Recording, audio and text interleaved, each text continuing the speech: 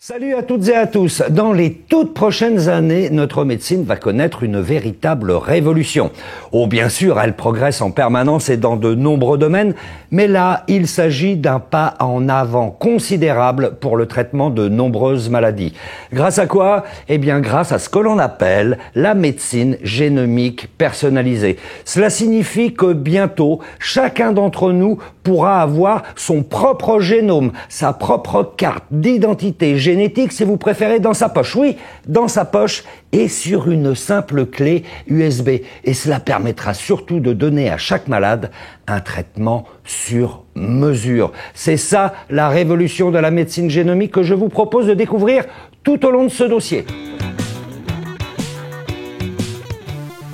Le séquençage complet du génome humain ouvre la porte à de nombreuses études.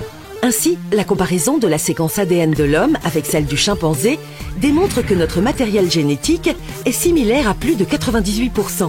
Pour aller plus loin, en 2008, le projet 1000 génomes a vu le jour. Son but est de former une immense base de données contenant les séquences ADN de beaucoup d'individus.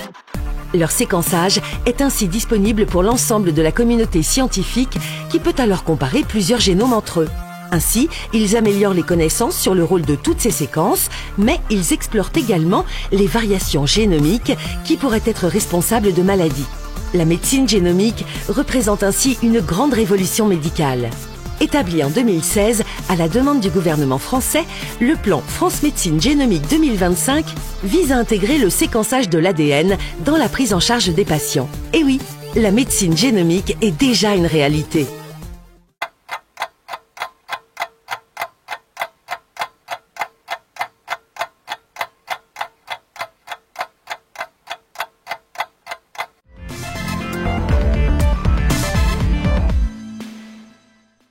Aujourd'hui, je remets au Premier ministre le plan Médecine génomique 2025, qui est le plan qui répond à sa lettre de mission qu'il nous a adressée en avril 2015.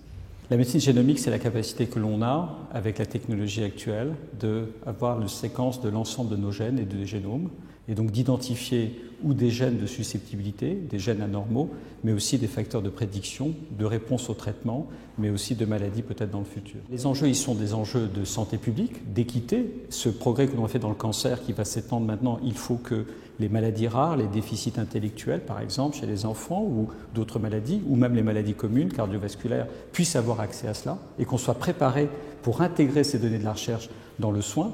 Le deuxième enjeu, c'est un enjeu économique considérable. Et donc le troisième, c'est la compétition aussi internationale sur le plan de la recherche et sur le plan du soin. Le Premier ministre avait fixé les choses extrêmement clairement. Il avait dit une perspective à 10 ans et de partir du malade, de partir du diagnostic. Et donc les principes étaient simples. Une équité au niveau du territoire pour avoir accès au diagnostic génétique, être capable de manière sécurisée dans toutes les conditions éthiques d'accumuler ces données, d'en tirer des données pour la recherche. Et le troisième, c'est d'impliquer les industriels et un modèle économique du soin jusqu'au modèle industriel. Donc le plan est assez simple, il est parti de ces principes, mettre en place des plateformes de séquençage haut débit sur l'ensemble du territoire pour que chacun puisse y avoir accès, de collecter ces données générées pour avoir un système centralisé qui nous permette d'avoir cette masse d'informations, et puis troisièmement, d'assurer la pérennité du système. Et pour cela, ça veut dire avoir des centres de référence qui surveillent ce que nous faisons et qui permettent d'intégrer au fur et à mesure les évolutions technologiques pour que chacun ne fasse pas ce qu'il veut de son côté.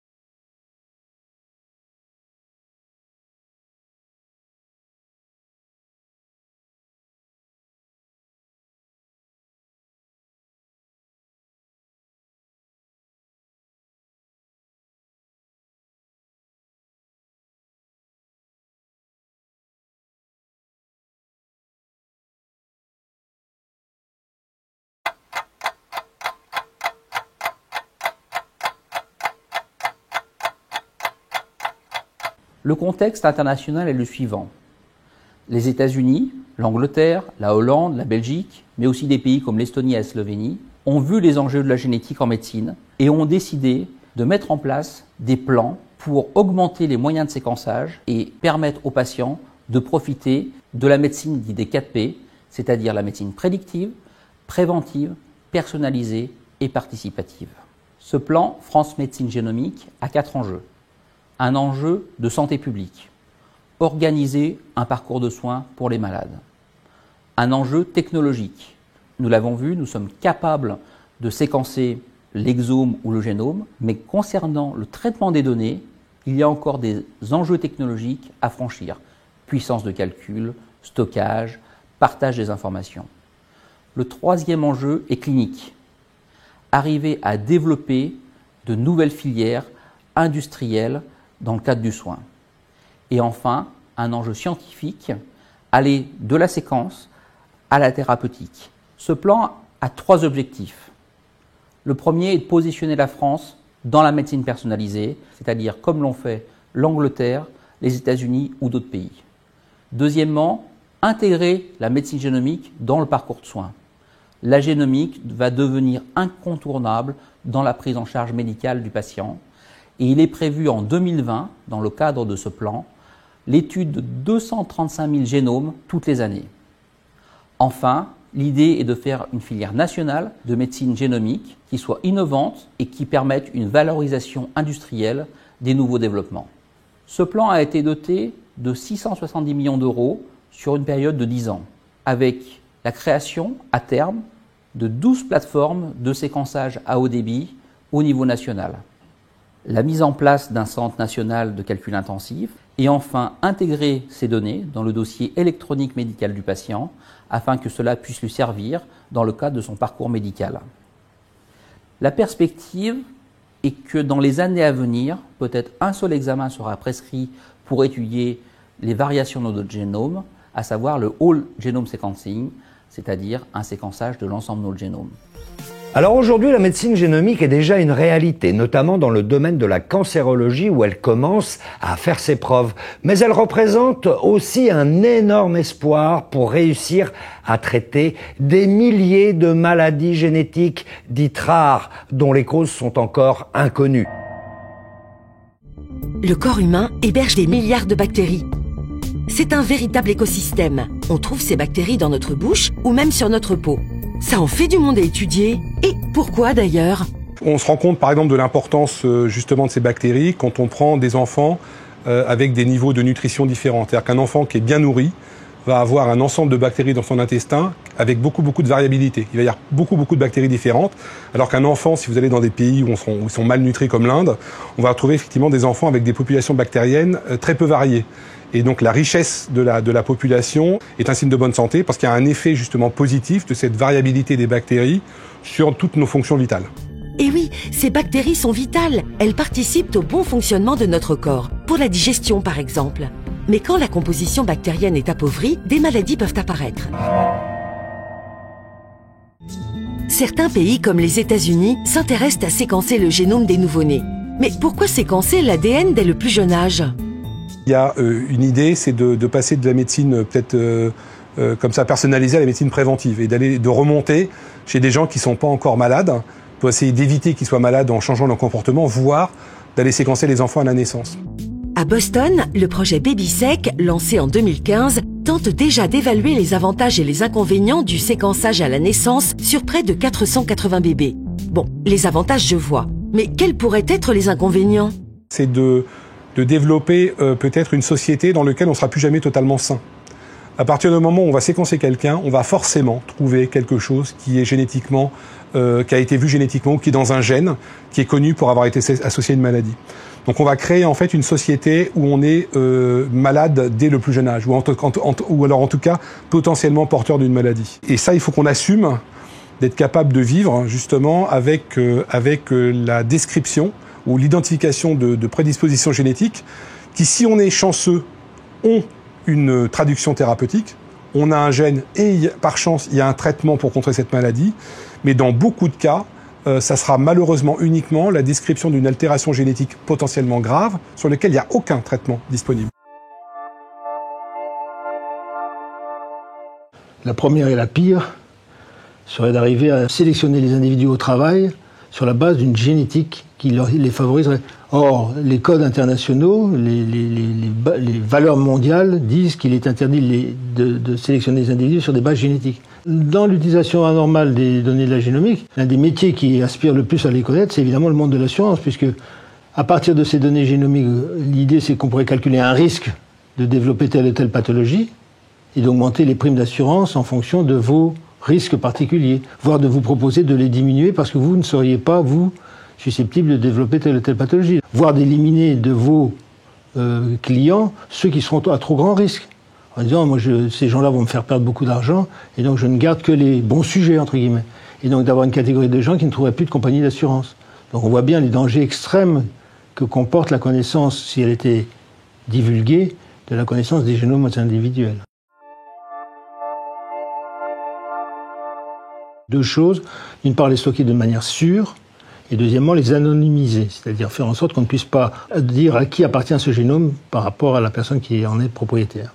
En France, on s'oriente vers un grand centre qu'on appelle un collecteur-analyseur de données public, c'est-à-dire mis sous la responsabilité de l'État, offrant toutes les garanties de non-utilisation à des fins qui ne seraient pas contrôlées ou des fins inacceptables, des fins commerciales ou non sécurisées, et qui doivent rester absolument sous la responsabilité de la puissance publique. Ça me paraît absolument indispensable, que le malade qui donne ses cellules pour qu'on connaisse son génome pour lui-même ne puisse pas se voir ensuite utilisé, si je puis dire, à d'autres fins que celles pour lesquelles il a donné ce génome. L'utilisation de ces données représente des revenus potentiels et considérables. Et évidemment, ces données, quand on est capable de les comparer entre elles, de les associer, de les faire parler, comme on dit, obtenir des corrélations telles qu'on peut en déduire tout un ensemble de propriétés qui seront utiles et qui ont une grande valeur, par exemple de protection, de prévention contre les pathologies ou de définition de nouveaux médicaments. Si c'est une industrie qui possède ces données-là et qu'elle peut définir a priori que telle mutation joue un rôle particulièrement important dans les tumeurs et donc qu'elle espère obtenir un médicament qui sera de portée très générale, qui pourra traiter des millions de tumeurs dans le monde, évidemment gagner beaucoup d'argent. Voilà typiquement un exemple qui montre que l'exploitation de ces données peut générer des revenus et des bénéfices considérables. Et c'est pour ça d'ailleurs que les grandes boîtes nord-américaines commencent à mettre des moyens considérables autour de ça, quoi. Du point de vue de la recherche pure et académique, l'intérêt d'échanger les données ne se discute pas, puisqu'on enrichit les connaissances, d'autant plus qu'on ne dispose de données. Maintenant, si l'échange de ces données n'obéit pas à des règles très strictes internationales, si on n'est pas protégé de la même manière selon les pays auxquels on s'adresse, évidemment qu'il faudra bloquer ce système. Et il est capital qu'il y ait des normes internationales imposées à tous les pays qui pratiquent ces développements, de manière à ce que le respect de l'anonymat, le respect des données personnelles soit garanti aux personnes qui ont donné leur génome pour eux-mêmes. Par ailleurs, n'oublions jamais une donnée fondamentale qu'on oublie tout le temps, c'est que vous pouvez dire, moi, mon génome, je m'en moque, vous pouvez vous en servir, mais votre génome renseigne sur le génome de vos parents ou de vos cousins et de vos cousines. Donc votre génome, il ne vous appartient pas complètement, puisqu'il est capable de diffuser des informations sur d'autres éléments que vous-même. Et donc par conséquent, il y a une réflexion de nature collective qu'il faut avoir, et une manière internationale et mondiale qu'il faut avoir également. La réponse est oui. Comment? Personne n'était capable de le prédire. Est-ce que le médecin va être simplement l'homme qui va envoyer le génome, recevoir le résultat, dont la part deviendra ridicule? Et en gros, est-ce qu'on ne substituera pas au médecin l'informaticien du coin? L'être humain reste quand même un être très complexe qu'on ne peut pas réduire à son génome, et pour lequel le fait de le connaître dans son intimité autre que génomique peut être une source de renseignement très important pour un bon médecin. Et donc le médecin, dans sa relation unique entre médecin et malade, sera un élément clé, ne serait-ce que pour le rassurer psychologiquement, ne serait-ce que pour prendre en compte tout un ensemble d'autres données que ce qui est contenu dans le génome.